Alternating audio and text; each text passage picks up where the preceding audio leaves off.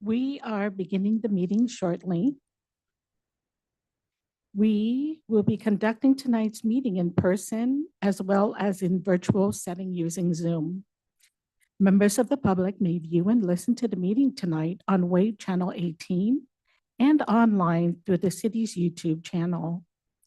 If you would like to participate in live public comment via the Zoom platform, please refer to the agenda for instructions. Chairman Gilbert will begin the meeting momentarily.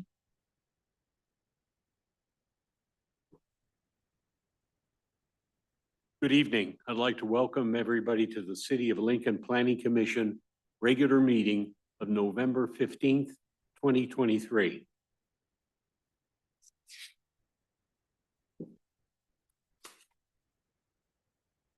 We will call the meeting to order. Can we have a roll call, please? Commissioner Eklund, Here. Commissioner Eric Johnson, Here. Commissioner Jerry Johnson, Commissioner McKinney, Here. Vice Chair Hutchison, Here. Chairman Gilbert, Here. and John Reedy is not here yet. Thank you. Item number 3 is the Pledge of Allegiance. Could I ask our city attorney, Christine, to please lead us in the Pledge of Allegiance?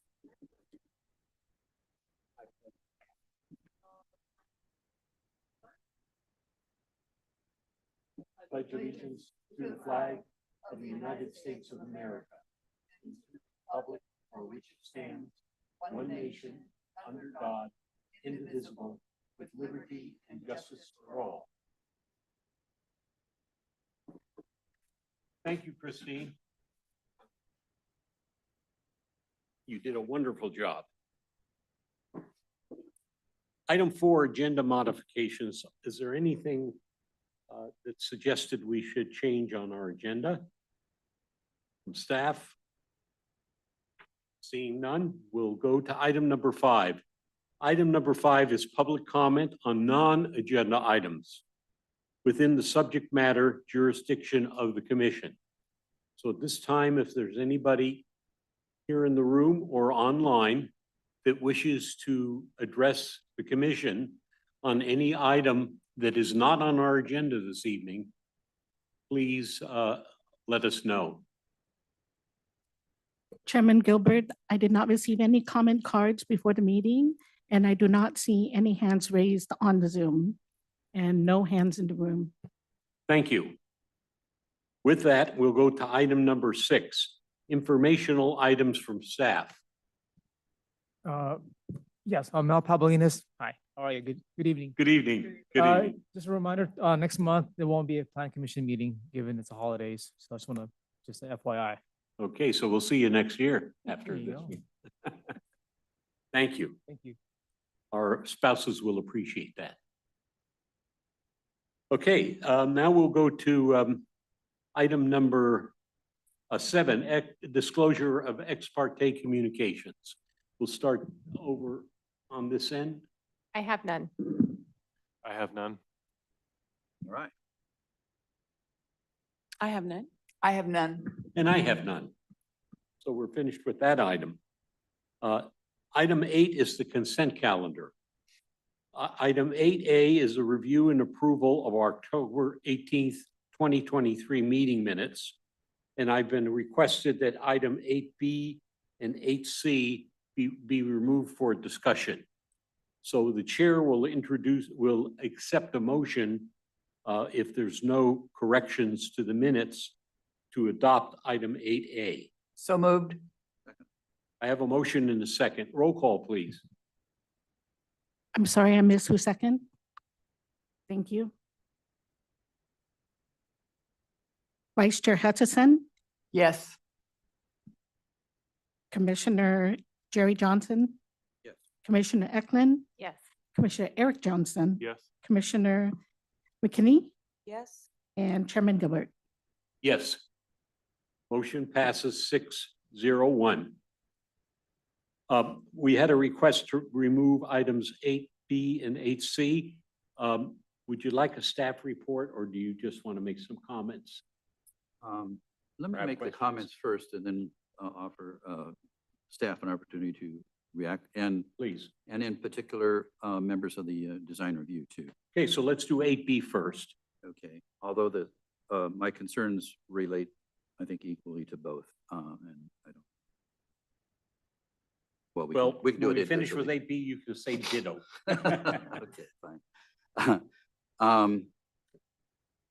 I'm kind of a newbie on this board, and so I don't fully understand how decisions are made by design review. But I have some concerns that I guess if I had been on design, I might have expressed them. I refer to the land use goals and policies, the general plan, when I look at an item like this. And there are really four policies that I think bear some discussion. The first is housing choices. The city will promote the application of land use designs that promote a variety of places where residents can live, including apartments, condominiums, townhouses, and single-family attached and detached. It seemed that these, at least what I was reviewing, were all single-family homes. The second policy that I'm a little concerned about is that the city will promote the use of development patterns that are more compactly built and use space in an efficient, aesthetic manner to promote more walking, biking, and the use of public transit. Again, I have some concerns, in particular trails and connecting trails. And the other items are under quality design. The city will continue to develop and apply design standards that result in efficient site and building designs, pedestrian-friendly projects that stimulate the use of alternative modes of transportation, and a functional relationship between adjacent developments. And again, unfortunately, we didn't kind of have an opportunity, at least I didn't have an opportunity to look at this project in relation to those surrounding it. And finally, the policy with regard to innovative design. The city shall encourage the use of alleys and side-loaded garages to de-emphasize the garage as the prominent and visual feature of a residence.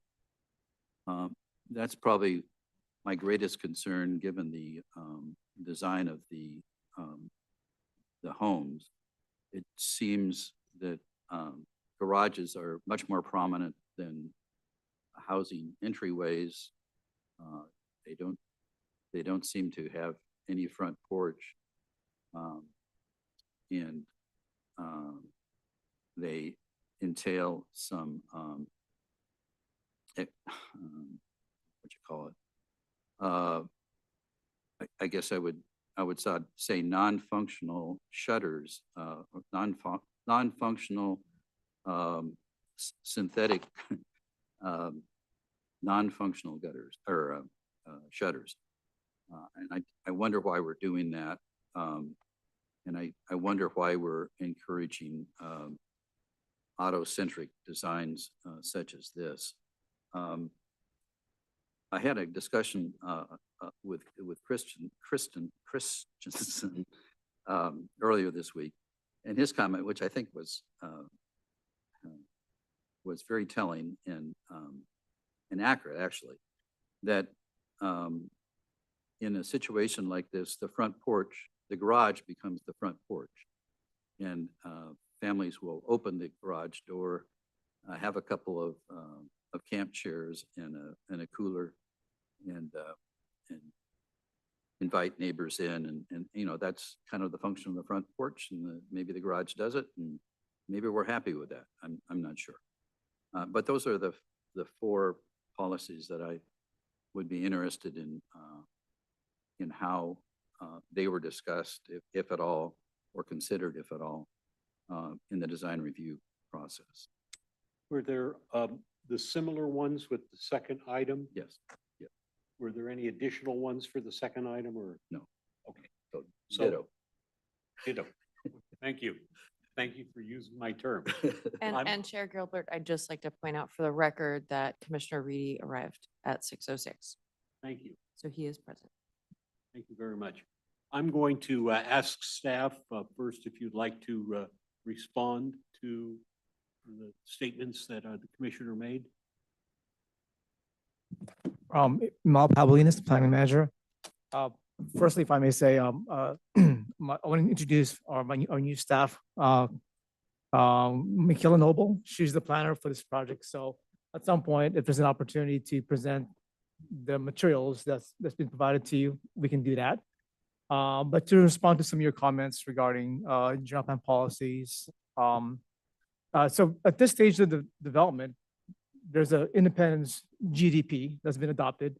And I think it's probably, I'd say 7 years ago when it was first adopted. So these policies were considered as part of the findings that were made for the approval of that GDP.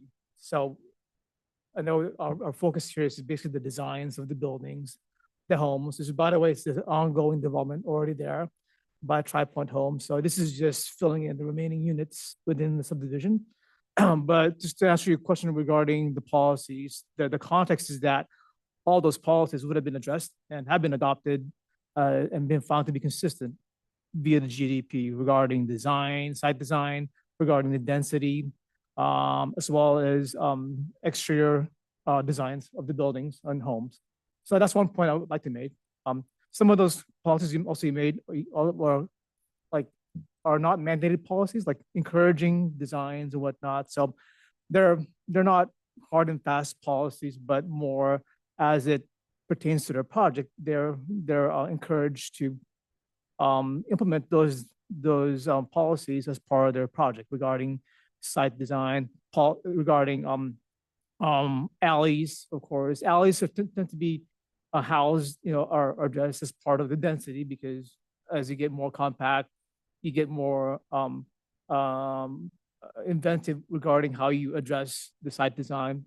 Also, regarding this particular property has, as you can tell, there's a ravine that goes through there. So I'm assuming that the design of that GDP and eventually the tentative map would have considered that. And of course, the general plan also, the land use designation of HDR or LDR, I forget the actual land use designation on this, would have accommodated the range of density that could be accommodated for that development. So, but those are all housed and accommodated as part of GDP when it was first adopted back in 2017, I believe it was. So I don't know how to best address your policies other than those have been regarding trails. They're there. There's a master trail plan that's a part of the map. What the GDP is already there. I think I've showed that to you yesterday.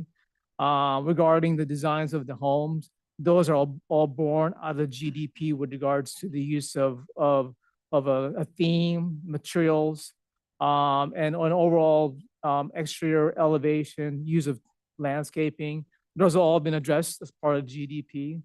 As far as the density, of course, again, that's dictated by the land use designation and the density range that the GDP and the development can accommodate and reasonably accommodate. With regards to the variety of housing product, that's also dictated by the GDP. The GDP that was approved and adopted for that development for Independence, it was working within the range of the density per the land use designation.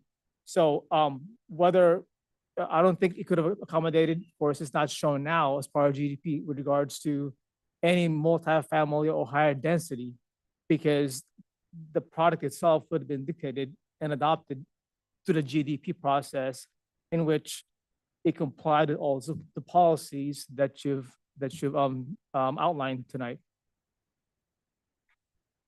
Thanks, Mel. Was there any discussion of any use of alleys? Well, of course, I'm asking you something that you weren't here for, Yeah. and yeah, okay, I withdraw that. I did want to add, hello, everyone. Michaela Noble, nice to meet you all. Assistant planner here with CDD. I just wanted to add that I understand kind of your point with the garage doors kind of being the focal point of some of these projects. However, it's hard to see kind of on a two-dimensional picture of how some porch elements are extended or jut out a little bit further than the garage doors for a few of the plans. So there is some variation in that way to where it would address your concerns.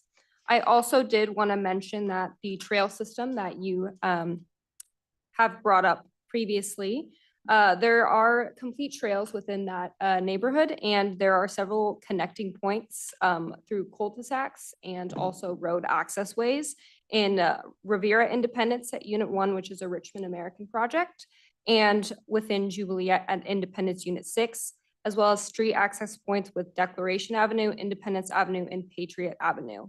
And off these streets, you can access Nicholas Road or 3rd Street to where you can get a broader connectivity of the trail system within the city. So the trails are already built, they're in place, ready to go. People just need to use them essentially. And to mention the density residential classification for this property is for Unit 6 and Units 2 and 5 is medium density residential. Is, Go ahead, Jerry. please. are there any other housing types other than single family? I didn't get to see those. Not in this project. I do also want to add that these units were also previously approved by the Planning Commission back in 2021 and 2022. The products weren't put out to market. So they changed up the plans and redesigned them a little bit, but design-wise, they're pretty consistent with what was previously approved. So they're really not varying much to where it doesn't substantially conform with what was previously approved. Any concerns raised about shutters that don't do anything or? No concerns about, the functionality of the shutters. We did have at the design review board a discussion about the Spanish elevations and removing some of those shutter detailings and adding some Corbel rounded features around the garage doors and the porch entryway. I was unable to obtain colored renderings for those, but I do have a presentation where there's some photos to where architectural designs of how those changes will be implemented and those shutters removed. So there was a discussion at the DRB that those features just didn't really fit in with the Spanish style architecture and that we kind of opted to remove those from the elevation. So it does address some of your concerns about the shutters, but just for those elevations. Any additional questions? No. Thank you. Please. I was just gonna say, I've actually been enjoying the trails over there in Independence. So I live somewhat close to that and they're great. So it's been wonderful to have them in the neighborhood. Are there any other additional comments from the commission? Anybody from the public that would like to address us? Anybody online? None online, and I don't see any hands raised in the room. Okay, so I'll bring the item back to the commission for your judgment, concerns, and action. I'll move to approve items 8B and 8C. Do them both together? Yes, since they were on consent previously. Yes. Thank you. I have a motion. Do I have a second? I'll second. I have a motion and a second. Roll call, please. Commissioner McKinney? Yes. Commissioner Eric Johnson? Yes. Commissioner Eklund? Yes. Commissioner Jerry Johnson? Yes. Commissioner Reedy? Yes. Chairman Hutchison? Vice Chair Hutchison? That's next year. And Chairman Gilbert? Yes. Yes. Motion passes 7-0-0. Thank you all, and we'll now move to item item 9, 9A, Stone Tower Plaza Time Extension. Staff report, please.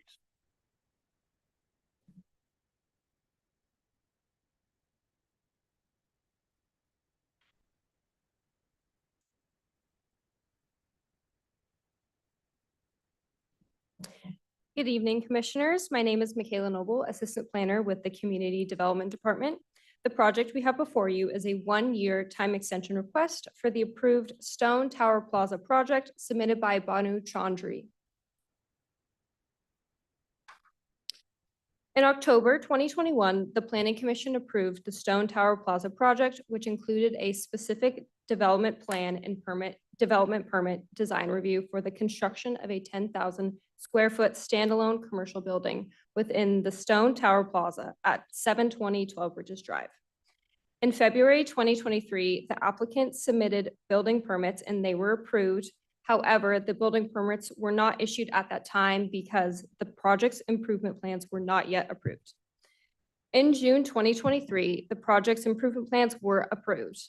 And in September 2023, the applicant submitted a time extension application for the Stone Tower Plaza project in order to secure project financing to pay the associated permit fees. According to the condition of approval number 3, the Planning Commission may grant a one-year extension of time, provided that the applicant makes an application prior to the expiration of this specific development plan and development permit. Since this application was submitted a month prior to the original expiration, this condition of approval would apply. Approval of this extension would extend the expiration of this entitlement to November 15th, 2024.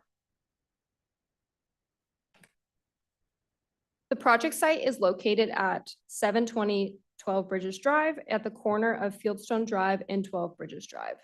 Here in this image, you can see the project's applicant's location right here. It's surrounded by Walgreens to the south, as well as Sutter Health Labs, and to the west is Leatherby's Family Creamery. The approved site plan illustrates that the proposed 12,000 square foot standalone commercial building is right here. And then finally, we have the elevations for the Stone Tower Plaza project and how it'll look when it's eventually built. The Lincoln Municipal Code allows for time extensions of design review applications. In addition, condition of approval number 3 grants the authority to the Planning Commission to make the final determination to either approve or deny the one-year extension of time. The time extension will provide the applicant the necessary time to secure project financing and to pay the associated permit fees.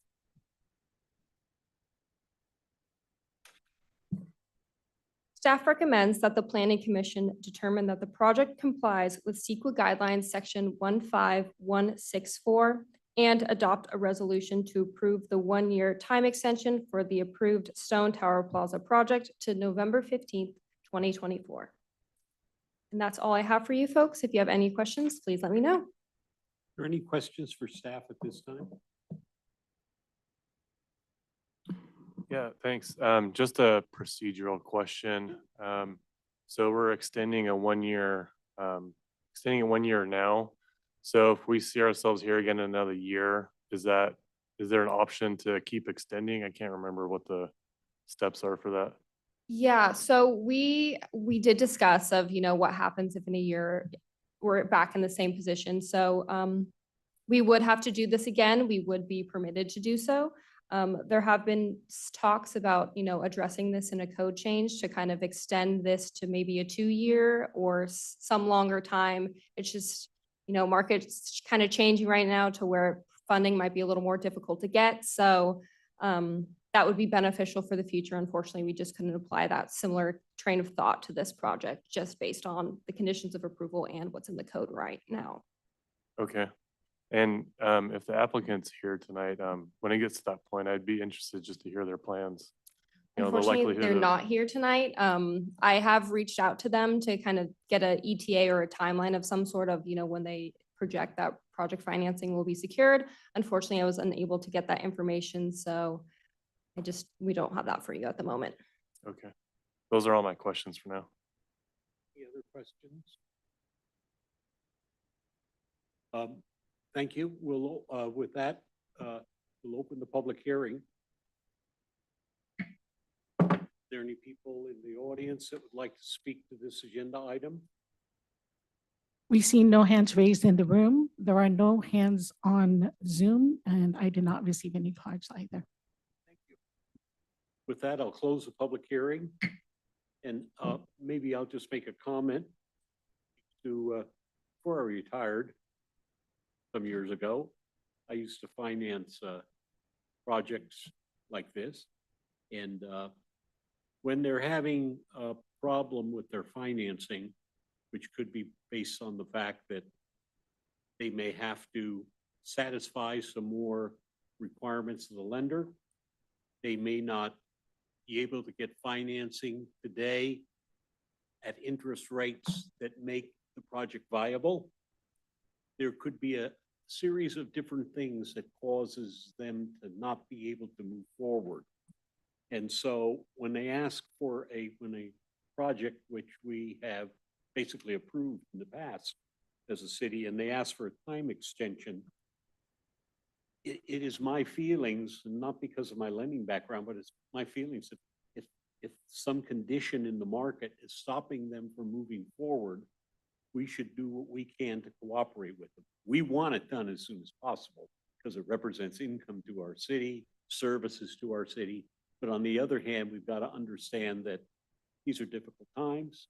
When times get tough, the lenders, and I used to be one, tighten things up and, say, wait, come back in 3 months, do this and this and come back in 3 months, show me another tenant or whatever the conditions are where we will then approve it. So we're never privy to that as a planning commission, but those are the kind of things that happen to a builder developer. And it's unfortunate, but interest rates for homes are in the sevens. It used to be common for 6 or 7. My first home cost me 6 3/4. I also financed a home at 2 3/4 when the rates came down, and it was easier to qualify for that. So those are the kind of issues that we really aren't privy to as a commission, but those are kind of hold these people up, unfortunately. So I think we have to have a degree of understanding, particularly when we see more than one, this last year, more than one has come before us and asked for an extension. And, the alternative, if you say, no, we're not going to extend it, that places a bigger financial burden on them because they got to start all over. They may have passed go, but it's time to start all over again and bring the project forward. And then they're subject to all kinds of, new regulations, changes in our policy, et cetera. So never have been a developer, but I feel for them sometimes. So with that, are there any comments from any of the commissioners before we take a vote? Mr. Chairman, well, I agree with everything you said. I think it also offers the opportunity for the Planning Commission to reconsider the project. If in the Planning Commission's opinion, it should be reconsidered. I'm sorry, but I totally disagree with you. I understand. That's not before us. I know. That's not before us. Well, I mean, you could say no.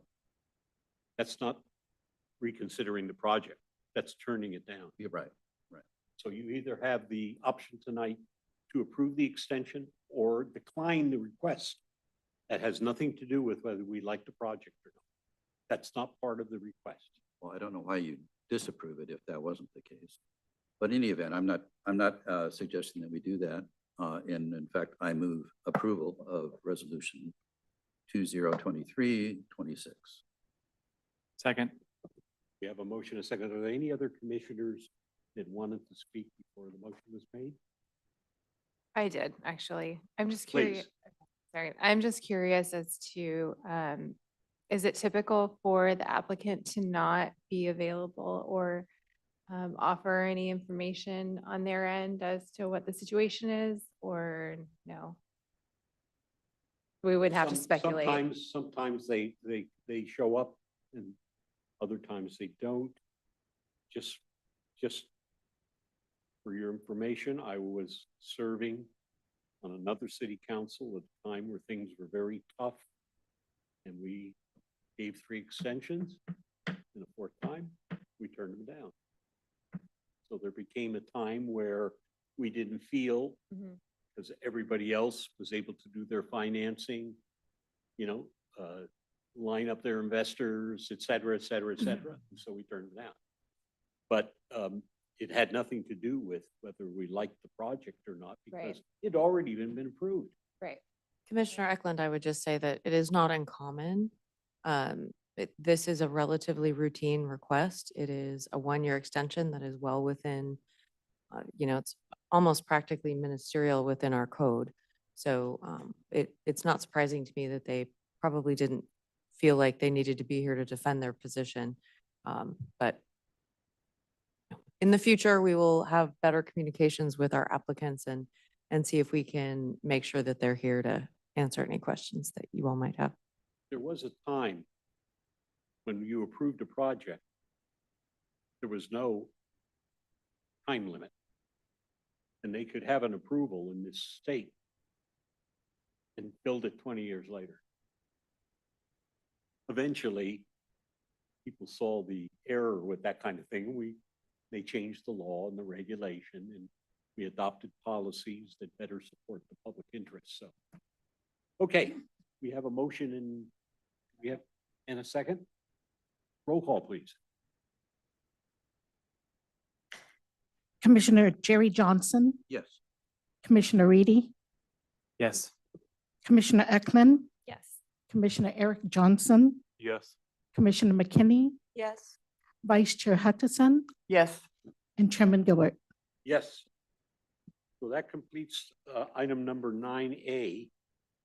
9B is enterprise car rental. We'll have a public hearing to consider the application for a conditional use permit. Staff report, please. Good evening. Good evening, commissioners. Give me a second.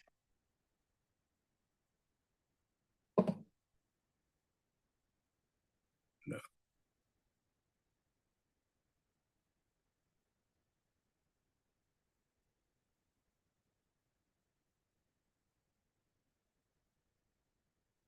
I'm good. Thank you. Also, before you tonight, commissioners, is a conditional use permit application for the operation of enterprise car rental service. Applicant Sean Viran is right behind me here. The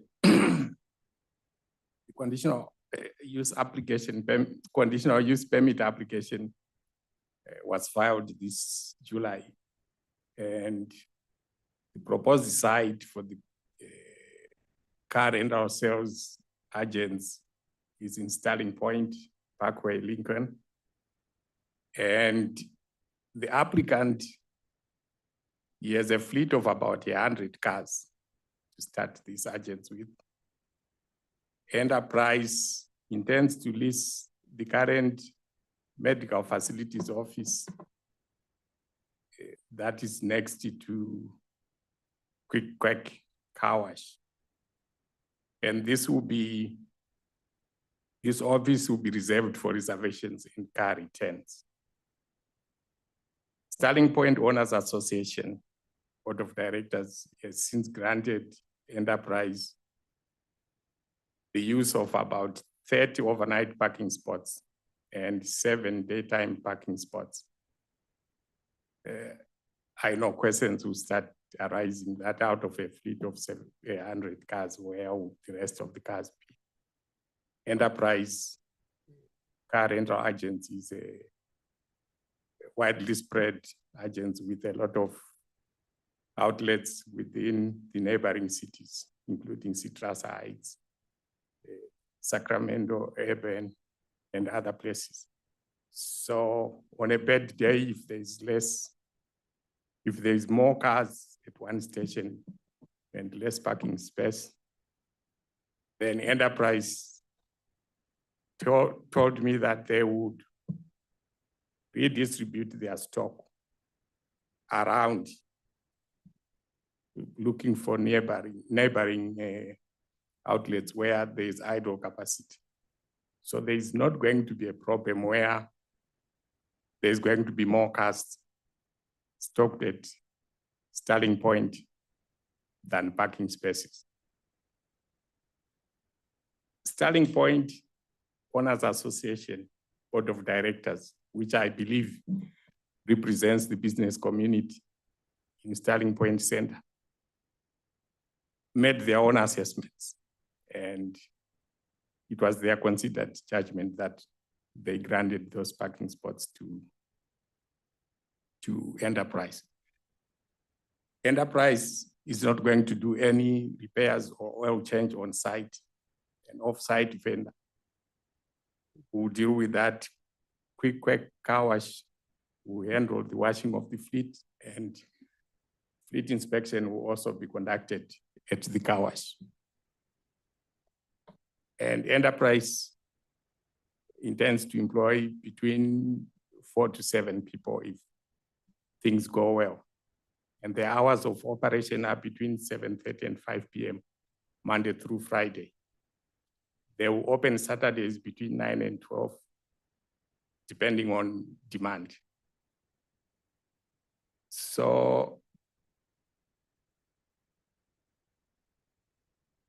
these are some of the non-exclusive parking spots granted to Enterprise Rent-A-Car service. And as you can see, Enterprise is surrounded by well-developed uses that are currently in use. And the Enterprise is not going to be an isolated new project. It's just moving into a well-serviced area where there are well-functioning neighbors. Conditions of approval: Enterprise must secure a business license before starting their operations, and Enterprise should not at any point use equipment requiring trenching or any physical alteration of the parking surface. So they are not going to break any soil. They are just moving into an already developed parking lot. There won't be new improvements on the building except affixing a sign wall outside and probably doing a few internal touch-ups, probably involving furniture and other small fixtures. But they are not doing any major alterations to the existing structure, host structure.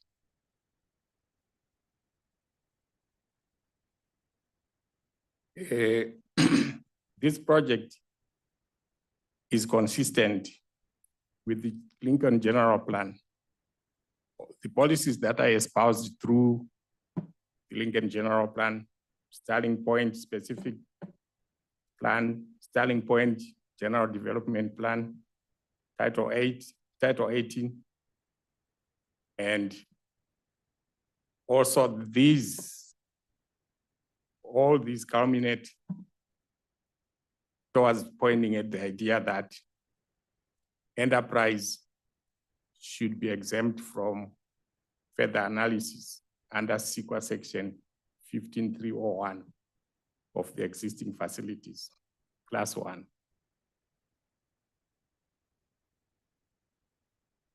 Recommendations: staff recommends Planning Commission to find the project exempt from environmental analysis based on CEQA section 15301, adopt resolution 2023-27, approving Enterprise Rent-A-Car project subject to specific conditions of approval. Thank you. That's all I had. If you have any questions, the floor is open. Thank you. I have a few clarification. On the parking, are those spaces where they're going to park cars be restricted to their vehicles? Will they be marked? No, sir, those are non-exclusive parking spaces. They are open to everybody. Thank you. You said they're going into an existing building. Are they taking over that building? The current tenant is moving out, so they will occupy the medical supplies office, yes, on a lease. Okay. And they'll be doing their reservations and returns all the paperwork and administrative work from that building. And one of your last slides only reflected Monday through Friday. Earlier in your presentation, you said they might have Saturday morning hours. Would they have to come back in if we approve it? Monday through Friday? Will they have to come back in if they want to do Saturday? That could have been a slip up, say, but the idea was if demand is high for their services, they have a diverse fleet that is likely going to attract a lot of customers. So it's most likely Saturdays they will be open between 9 and 12. So shouldn't the presentation be that if the planning commission wants to approve it, we will approve it Monday through Friday and Saturday hours, and then they won't have to come back in to get Saturday approved? I'm sure the applicant would appreciate that, say. The draft, the conditions of approval just say daily 7:30 AM to 5 PM, so it's covered. So they can do any days of the week they want between those times. That's fine. All I was saying is, someone looked at one slide, they'll interpret it very specifically to what it says on that slide. And so I wanted it to be very clear what we're approving in the record. So we are approving what you stated, which is a little different than the slide. Okay, any questions from my commission? Right now, I understand that Enterprise's fleet is 13% EVs, electrical vehicles. They have said that by 2025, 2 years from now, it'll be up to 45%. I'm not sure I understand how they're going to charge that many electric vehicles at that site. How does that work? To answer that, let me invite the applicant. Yeah, we'll do that. We'll do that in a moment. I think we'd like to do that maybe during the public hearing. So do we have any questions? It's a good question, but any questions that staff can answer about their perspective on the project? Go ahead. Yes, I have a few questions, I guess more for the city. So I know when we're looking at projects, there's an X amount of parking stalls designated for the different tenants and so forth. So I'm just kind of curious, we're saying, okay, here's 30 for this tenant. I know that building is largely unoccupied currently with tenants. So I just want to hear how the city took into account the other requirements necessary for the other tenants that are there to ensure there's plenty enough parking for the other tenants, how that plays into this. Prior to this hearing, I actually talked to the applicant and I had anticipated such questions that I saw. We discussed it, and the applicant has a feeling that that parking space or that parking lot is underutilized. And there's always empty spots during the day. We're still at night. So even if Enterprise were to use more than the granted parking spaces, that would not deplete the minimum required parking space for the primary host.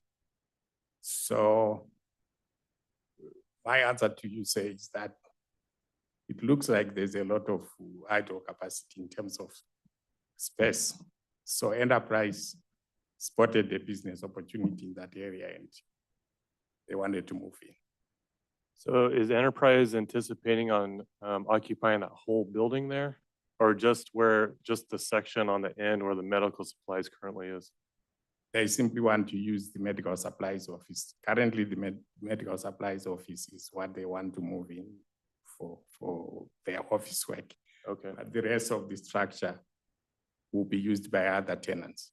So I appreciate the feelings that there's enough space. Did the city do any analysis to actually make sure that there will be? I'm looking at the rest of that building of 3/4 of it that's not occupied. So I'm just looking out for whatever tenants might want to be going in that space. Are we going to start having issues when that's occupied with the parking? Right, if the entire commercial development were occupied, then would there still be the minimum required parking spaces available for them? Because that looks like a pretty big chunk from satellite view that's going to be dedicated, non-exclusive to enterprise.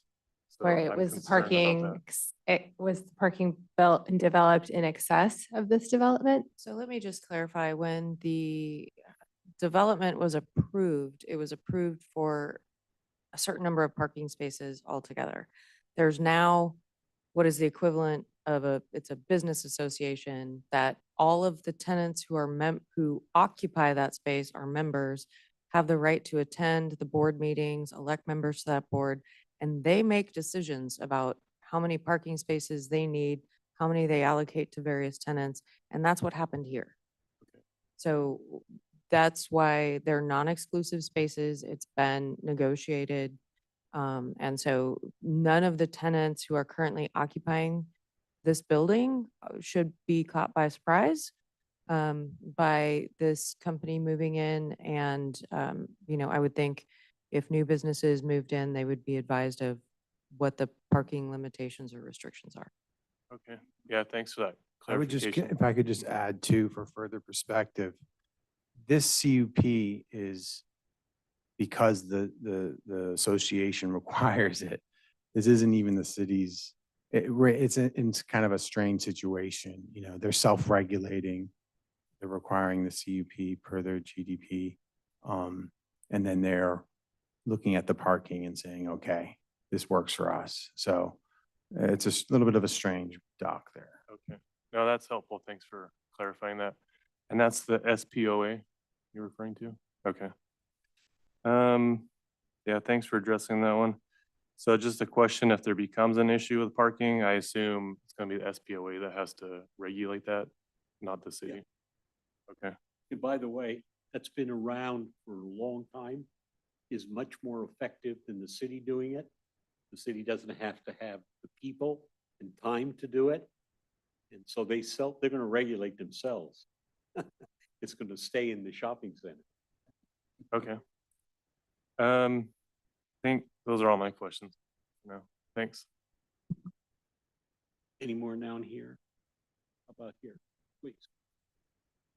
I just wanted to dovetail on your thing. So there's actually nothing in the code that requires a CUP. It's actually their governing docs that require that they come and do this. Well, it's their GDP, which is our GDP. I Okay. mean, our code, but. Is that code apply to the whole city or just to this one just to little this- area? Just this area, their specific. Like shopping just center. their center? Yes. Yeah. Okay. So, but we are spending our time, evaluating that CUP here. So. Okay, but that's what tripped it is. It's very unique to this. Okay, I was trying to figure out why we were seeing. Yeah, the other question too, and I think we kind of already answered it, is they specified 30, but the conditions of use don't specify 30. And I assume we're assuming they're going to self-regulate that and we don't have to deal. They're just like an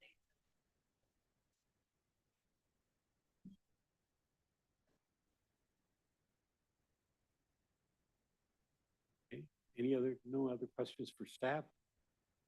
Okay, would we like the applicant to speak before or during the public hearing? We'll open the public hearing and ask the applicant if they'd like to speak to the commission on the application.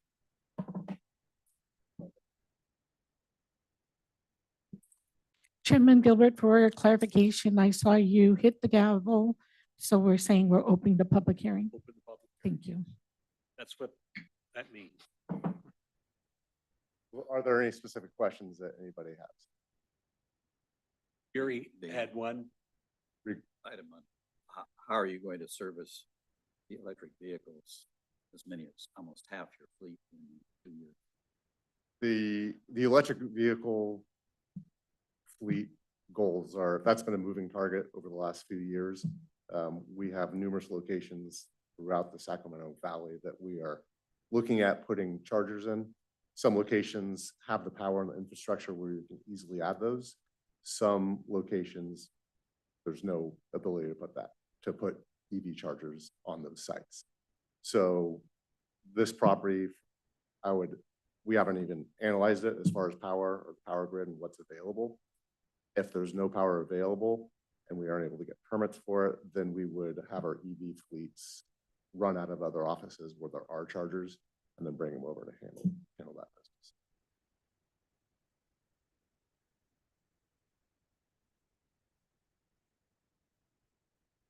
To underscore an article I read in the paper the other day, on the internet, excuse me. There is a very high reluctance of auto dealers to sell electric cars. It takes a little over one visit to buy a combustion engine car.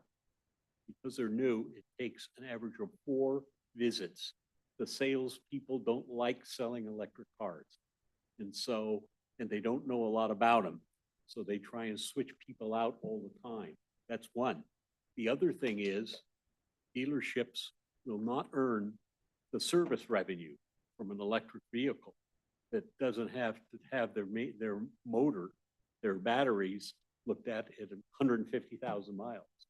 And so there's 2 reasons why there is a strong belief that the prices are coming way down on electric vehicles because the inventory is building up and the sales are not there.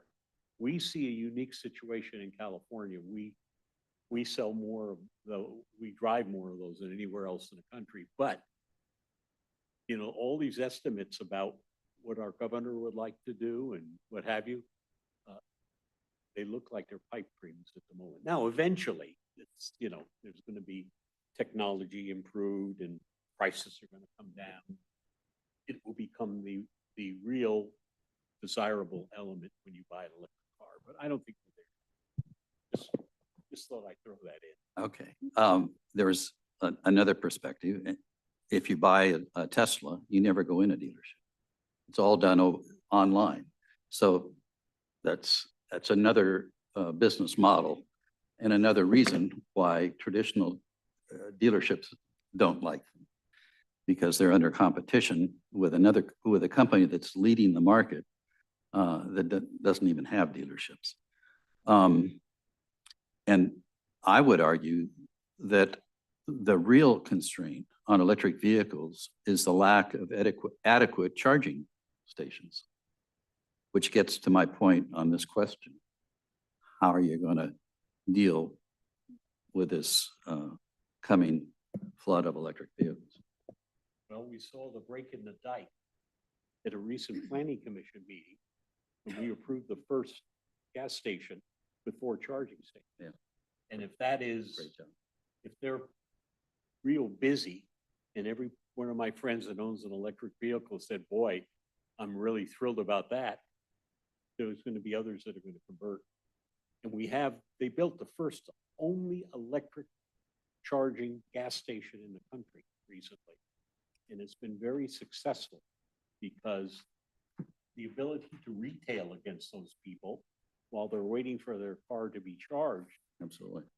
brings in a stream of revenue that a gas station has never seen before. You know, selling a pack of cigarettes or a beer or whatever in, you know, the convenience store is one thing, but when you have their full attention for 20 to 30 to 40 to 1 hour, some of them take charge, Yeah. you've got a built-in customer base. So it is an evolving industry. So I'm sure being the largest car rental firm in America, they have a vision of the future. And boy, if we go big on electric vehicles, they'll figure out a way to keep their fleet running and be fully charged. Yeah.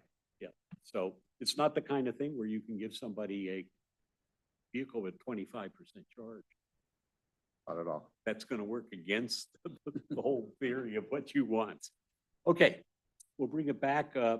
We're in a public hearing. Did you have anything else you might want to share? As far as us existing in Lincoln, the biggest reasons we're looking to do it is 2 reasons. One, it provides opportunities for our employees, more jobs for our employees, another position in management, but also our company's about taking care of our customers. And currently the city of Lincoln or the residents of Lincoln they need a car, they're either driving to, we're servicing it from Roseville or from Rockland, which is, depending on traffic, 15 to 30 minutes away. So listening to our customers is one reason that we really want to be in Lincoln, to take care of them, take care of the residents, and do the best we can. I would suggest another source of customers would be people using the Lincoln Airport. Right now, it's difficult. Yeah, You do deliver cars still, don't you? we pick people up. So we'll pick people up, bring them back to the office, and then they can drive away with the car. I used that part of your company when I traveled. You were the only ones at one point that did that type of thing, Yeah. which meant I didn't have to take a cab Mhm. to the rent-a-car place. Yeah. A lot of airports don't have rental car facilities at the airport. So, okay, any other questions? Anybody from the public? I did not receive any cards and there are no hands raised in Zoom. Or anyone in the room that would like to speak to this issue that, while we have our public hearing open? Seeing none? Close the public hearing. Thank you. I bring it back to the commission for your proposed action. I move approval. Second, We have a motion and we have a second. Roll call, please. Vice Chair Hutchison, Yes. Commissioner Jerry Johnson, yes. Commissioner Eklund, Yes. Commissioner Eric Johnson, Yes. Commissioner McKinney, Yes. Commissioner Reedy, Yes. and Chairman Gilbert. Yes, motion passes 7-0. Congratulations. Welcome to Lincoln. You're our first car rental firm. So we've now got our first in-city charging. And so things are happening in Lincoln. Thank you. And we're going to add another 60, 70,000 people over the next 20, 30 years. So you'll be pleased that you got in early and captured market share. So Thank you, commissioners. thank you. Item 10, general, is there any general business? Seeing none. Item 11, commissioner comments. We'll start over here with Whitney. I have no comments. I just want to thank Enterprise for, coming to town, servicing our city. So thanks. Gary? No, no comment. I just want to welcome Michaela.